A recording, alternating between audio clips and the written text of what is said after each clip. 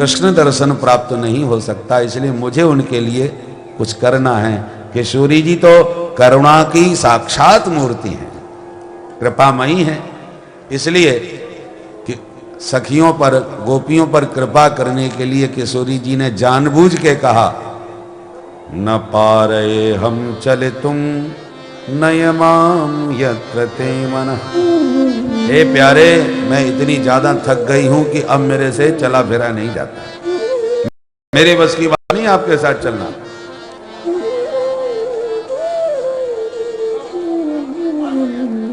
बोलो राधे राधे। नयमाम यत्र ते मनः, जहां तुम्हारा मन हो मुझे लेकर के चलो, मैं नहीं चल सकती।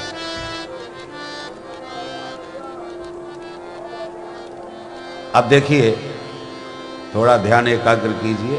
बोलो राधे राधे। राधे राधे। ऐसा मत करो। क्यों? बोले सखियो, तुम जितना उनके पीछे भागोगी वो छुपने के लिए उतना ही और गहरे जंगल में भागेंगे। रात का समय है, घनघोर जंगल में वो जितनी गहराई में जाएंगे उतने ही कांटे, पत्थर, कंकड़ उनके श्री चरणों को कष्ट पहुंचाएंगे। उनको कष्ट देना ये कोई प्रेम है? प्रेम में तो तत् सुख सुखित्वम। अब देखिए, किशोरी जी को उनके विरह की वेदना है, मुझे छोड़ के भाग गए, इसकी पीड़ा है, पर इस भयंकर पीड़ा में भी ध्यान पूरा यह है कि उनको कोई कष्ट न मिले। इसलिए अत्यंत उनके विरह का संताप होते हुए भी किशोरी जी कहती है, नहीं नहीं, उनके पीछे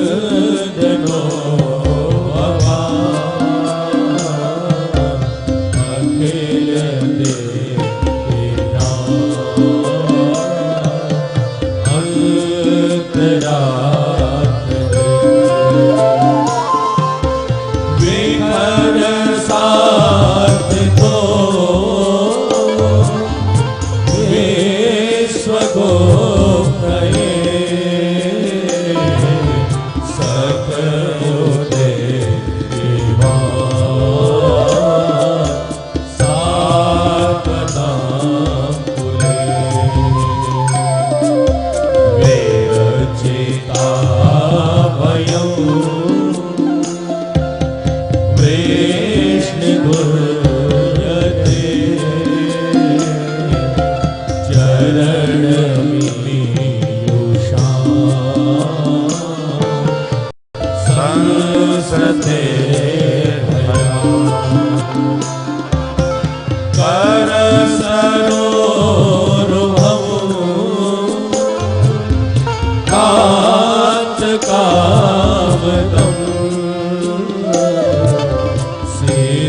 दे नमः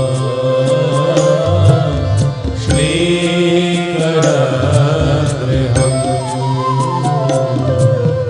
व्रजजनार्दनं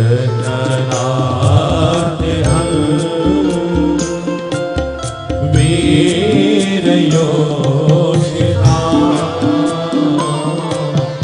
निजजन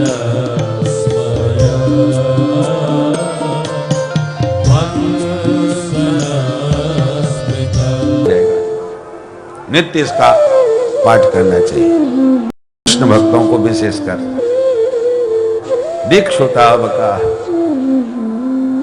तो तुम ऐसे भटक क्यों रही हो? तुम्हारी यदि हालत खराब है तो जाओ अपने घर। तुम्हारा घर द्वार नहीं है क्या? गोपियां कहती हैं जाएं कैसे, प्राण तो तुम्हारे पास हैं। प्राण के बिना शरीर किसी काम का रहता है क्या? खुदा के बेटा कैसे हो सकते हो? नखल गोपिका नंदनो भवान। पूज्यपाद ब्रह्मलीन श्री स्वामी अखंडानंद जी महाराज इस पंक्ति का सुंदर भाव देते थे। एक गोपी भगवान पर व्यंग कर रही है कि नंदनो भवान, प्यारे आप नंदन हो। नंदन रही है। एक गोपी को तो अभी भी अपनी आंखों पर विश्वास नहीं हो रहा कि सचमुच आ गए। उसे लगता है ये मेरी आंखों का भ्रम है या मेरी कल्पना है। वो अभी आए नहीं है, मैं ऐसा सोच रही हूं। तो भले ही कल्पना ही सही, पर इस कल्पना को स्थिर कर लेना चाहिए, क्योंकि बड़ा आनंद आ रहा है। क्योंकि ये कल्पना यदि निकली और जो दिख रहे हैं वो गायब हो गए तो फिर उसी जैसा पुराना जैसा हाल फिर हो जाएगा। इसलिए वो निर्निमेष नयनों से निरंतर निहारती रही और निहारते निहारते एकदम उस झांकी को हृदय में बसा करके आंख बंद करके बैठ गई, लगा समाधि। तम काचित नेत्र रंधेन हृद कृत्य निमील्य च। जैसे किशोरी जी ने राम जी को पुष्प वाटिका दीन्हे पलक कपाट सयानी, ऐसे ही गोपियों ने भी गोपाल को हृदय में उतार लिया। अंत में थोड़ी सी नोकझोंक हुई, परंतु जब भगवान ने गोपियों से हाथ जोड़ करके कहा, देवियों सच बात तो एक ही है कि मैं तुम्हारे ऋण से कदापि ऋण नहीं हो सकता। देवताओं के तुल्य मुझे दीर्घ उम्र भी प्राप्त हो जाए और मैं निरंतर तुम्हारी सेवा करूं तब भी आपके ऋण से ऋण नहीं हो पाऊंगा। ऐसा क्या किया? बोले न पारये हम निर्वद्य संयोजाम स्वसाधु कृत्यम विबुधायुषापि वः यामा भजन दुर्जर्गे श्रृंखला संभ्रश्च तद्वः प्रत्यातु साधुना। देवियों तुमने मेरे प्रेम में पति सुतान्वया भ्रातृ बांधवान नथ विलंगते तच्युतागता। गोपियों ने कहा है पति पुत्र परिजन बंधु बांधव सबका परित्याग कर दिया। तुम्हारे इस त्याग और तुम्हारे इस दिव्य प्रेम के सामने, तुम्हारे इस साधु कृत्य से मैं कल्प कल्पांतरों में भी ऋण नहीं हो सकता। बस क्योंकि सबसे कठिन है दुर्जर गेह श्रृंखला। लोहे की जंजीरों से भागना उतना कठिन नहीं है। जुगाड़ बैठ जाए तो तिहाड़ जेल से भी लोग रफा दफा हो ही जाते हैं। पर सबसे कठिन है गेह श्रृंखला, घर गृहस्थी की जंजीर। बड़े बड़े संतों को भी छुड़ा पाना, त्याग पाना बहुत कठिन होता है। एक बार जब घर गृहस्थी से भाग भी गए, त्याग भी दिए, तो महात्मा बनने के बाद में भी कहीं ना कहीं घर परिवार हमारे मन में आके बैठ ही जाता है। घर की बड़ी दयनीय दशा है, खाने के लाले पड़ रहे हैं। अब हम महात्मा बन गए, महंत भी बन गए, माल भी खूब आ गया। मन होता है तो कुछ प्रसादी घर में भी भेज दिया करें, दो चार कंबल घर में भिजवा दिया करें। आ तो रही हैं, बट तो है ही रहे हैं, तो थोड़ा घर भी भेज दें।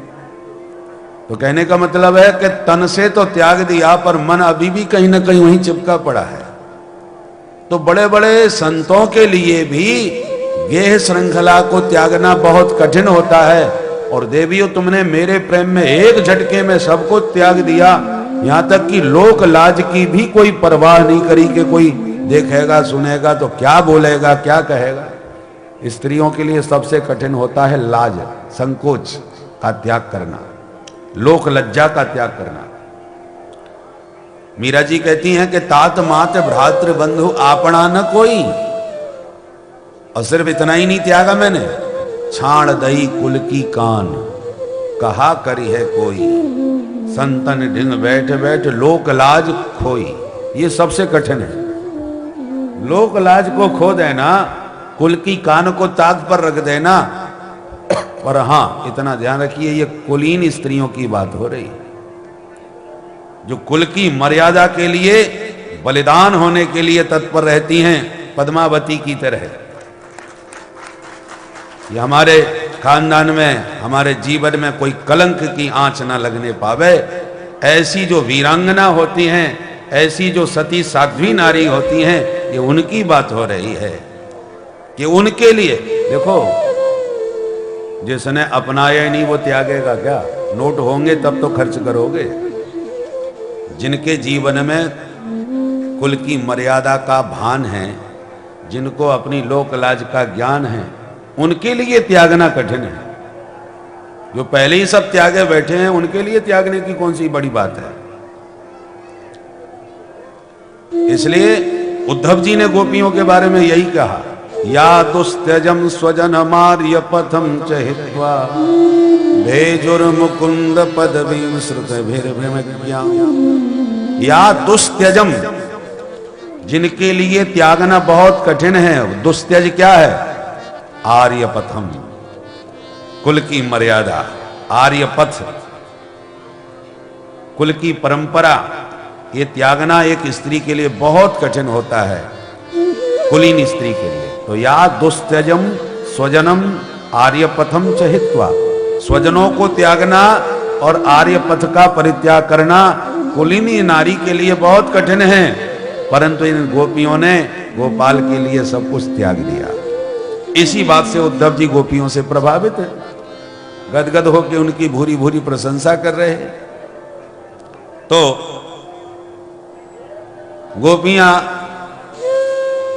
भगवान को निहार नहीं और भगवान हाथ जोड़ करके उनकी महिमा गाते हुए कहते हैं, देवियों, तुम अपनी कृपा के साथ मुझे उरण करना चाहो तो तुम्हारी कृपा से ही मैं उरण हो सकता हूं। मुझ कृष्ण में सामर्थ्य नहीं जो मैं तुम्हारे ऋण से कभी उरण हो पाऊं। ये शब्द सुनकर के तो गोपियां एकदम निहाल हो गई। भगवान को मनाना भी बहुत जोरदार आता है? बल को वाक्य, या इनकी वाक्य रचना इतनी प्यारी होती है कि जिससे एक बार कुछ बोलते हैं वही एकदम दीवाना हो जाता है, सब कुछ भूल जाता है। बल को वाक्य, बुद्ध मनोज्ञया, बड़े बड़े बुद्धिमानों के मन को हरण करने वाली भगवान की वाग रचना है।